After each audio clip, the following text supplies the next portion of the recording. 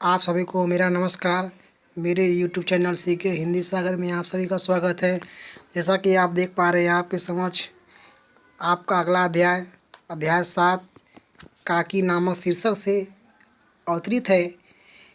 यह कहानी बहुत ज़बरदस्त है।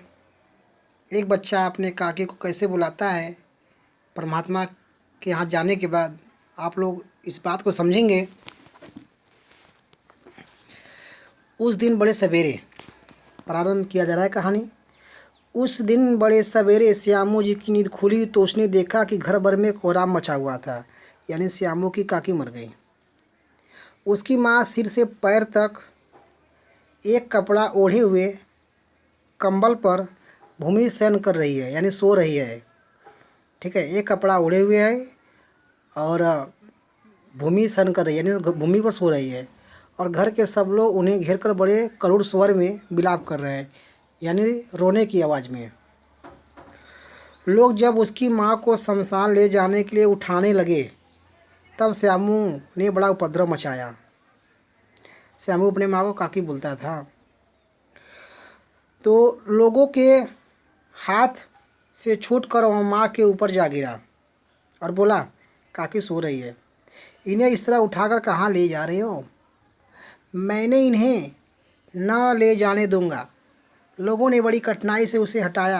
काकी के अंतिम संस्कार में भी वह न जा सका। एक दासी बड़ी मुश्किल से उसे घर पर ही संभाले रही। किसे? श्यामू को। आगे देखते हैं कहानी को। यद्यपि बुद्धिमान गुरुजन उसे विश्वास दिलाते रहे कि उसकी काकी उसके मामा के यहाँ गई, परंतु यह बात उससे छिपी न रह सके। बुद्धिमान लोग, गुरुजन लोग मतलब विश्वास दिलाए कि बेटा तुम्हारी काकी मामा के यहाँ गई है, लेकिन यह बात छिपा नहीं पा रहे थे। और काकी और कहीं नहीं बल्कि ऊपर राम के यहाँ गई है, यह वो जानता है। काकी के लिए कई दिन तक लगातार रोते रोते उसका रुदन तो धीरे धीरे शांत हो गया, परंतु शोक शांत न हो सका, यानी उसको दुख होता रहा। रोना उसका बंद हो गया, लेकिन उसका दुख बंद नहीं हुआ। वह यानी अक्सर अकेला बैठा बैठा शून्य मन से, यानी निराशा मन से आकाश की ओर ताका करता। एक दिन जब उसने ऊपर का एक पतंग उड़ती हुई देखी, एक दिन उसने ऊपर एक पतंग उड़ता हुआ देखा तो क्या हुआ, न जाने क्या सोचकर उसका हृदय एकदम खिल उठा, यानी प्रसन्न हो गया। पिता के पास जाकर बोला, काका मुझे एक पतंग मंगा दो, अभी मंगा दो। पत्नी की मृत्यु के बाद विश्वेश्वर बहुत अनमने से रहते थे, बड़े बेचैन से रहते थे। मतलब श्यामू के पिताजी का नाम था विश्वेश्वर। अच्छा मंगा दूंगा कहकर वे उदास भाव से और कहीं चले गए। कौन? विश्वेश्वर। श्यामू पतंग के लिए बहुत उत्कंठित हुआ था, बहुत व्याकुल हुआ, बहुत परेशान हुआ। वो अपनी इच्छा किसी तरह न रोक सका। एक जगह खूंटी पर विश्वेश्वर का कोट टंगा था। इधर उधर देखकर उसके पास एक स्टूल सरका कर रखा और ऊपर बढ़कर कोट की जेब खोजा। एक चवन्नी पाकर वह तुरंत वहाँ से भाग गया। सुखिया दासी का लड़का भोला श्यामू का साथी था। श्यामू साथी कौन था? भोला कौन था? दासी का लड़का था।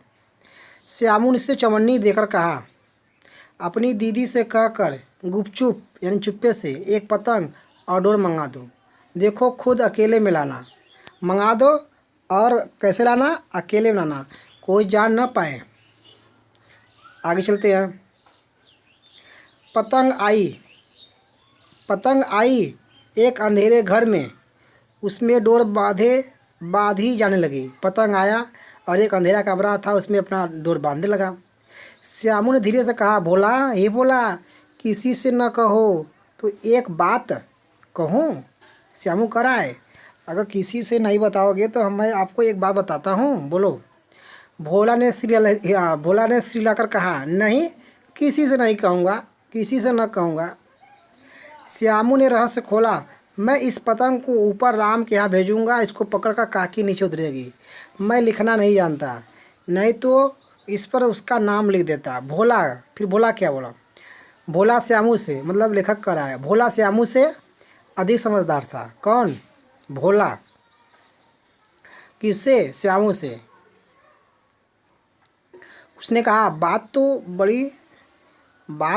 बड़ी अच्छी सोची, बात तो बड़ी अच्छी सोची, परंतु ये कठिनाई है, यह डोर पतली है, इसे पकड़कर काकी उतर नहीं सकती क्योंकि इसके टूट जाने का डर है। पतंग में मोटी रस्सी हो तो ठीक हो जाए। श्यामू गंभीर हो गया, यानी काफ़ी सोचा, मतलब यह बात लाख रुपए की सुझाई, मतलब बहुत अच्छा लगा उसको। परंतु कठिनाई यह थी कि हाँ परंतु कठिनाई यह थी कि मोटी रस्सी कैसे मंगाई जाए। पास में दाम नहीं है, मतलब पैसा नहीं है। घर के जो आदमी है उसकी काकी और घर के जो आदमी है उसकी काकी को बिना दया मोहमाया के जला लाए हैं। वे उसे इस काम के लिए कुछ देंगे नहीं, मतलब पतंग लेने के लिए कुछ देंगे नहीं कोई लोग। उस दिन श्यामू को चिंता के मारे बड़ी रात तक नींद नहीं आई। पहले दिन वाली तरकीब यानी चुराने वाला पैसा, दूसरे दिन फिर उसने पिता की कोट से 1 रुपया निकाला, चौनी बाद 1 रुपया, और ले जाकर भोला को देते हुए बोला, हे भोला, हे देख भोला, किसी को मालूम न हो पाए। क्या बोला? हे देख भोला, किसी को मालूम न हो पाए, अच्छी अच्छी 2 रस्सियाँ मंगा दे। एक रस्सी छोटी पड़ेगी, एक रस्सी छोटी पड़ जाएगी। जवाहिर भैया से मैं एक कागज़ पर काकी लिखवा लूँगा। किसने बोला? श्यामू बोला। किससे? भोला से, कि जवाहिर भैया से मैं काकी लिखवा लूँगा एक कागज़ पर। ठीक है, नाम लिखा रहेगा तो पतंग ठीक उन्हीं के। अब चलते हैं अगले पेज पर, जैसा कि भी आप देख पाएंगे, ठीक उन्हीं के पास पहुंच जाएगी। 2 घंटे बाद प्रफुल्ल मन से श्यामू और भोला, 2 घंटा बाद, कौन? श्यामू और भोला अंधेरी कोठरी में बैठे पतंग में रस्सी बांध रहे थे। अब देखिए, अकस्मात अचानक उग्र रूप, यानी एकदम गुस्से में उग्र रूप धारण किए हुए विश्वेश्वर शुभ कार्य में बाधा की तरह वहाँ क्या हो गए? घुसे, तथा भोला श्यामू को धमकाकर बोले, तुमने हमारे कोट में से रुपया निकाला है। भोला कई डाल में मुखबिर बन गया, मतलब बता दिया, मुखबिर बन गया मतलब बता दिया। भोला क्या करा? बोला, श्यामू भैया ने रस्सी और पतंग मंगाने के लिए पैसे निकाले थे। विश्वेश्वर ने श्यामू को 2 तमाचे जड़कर कहा,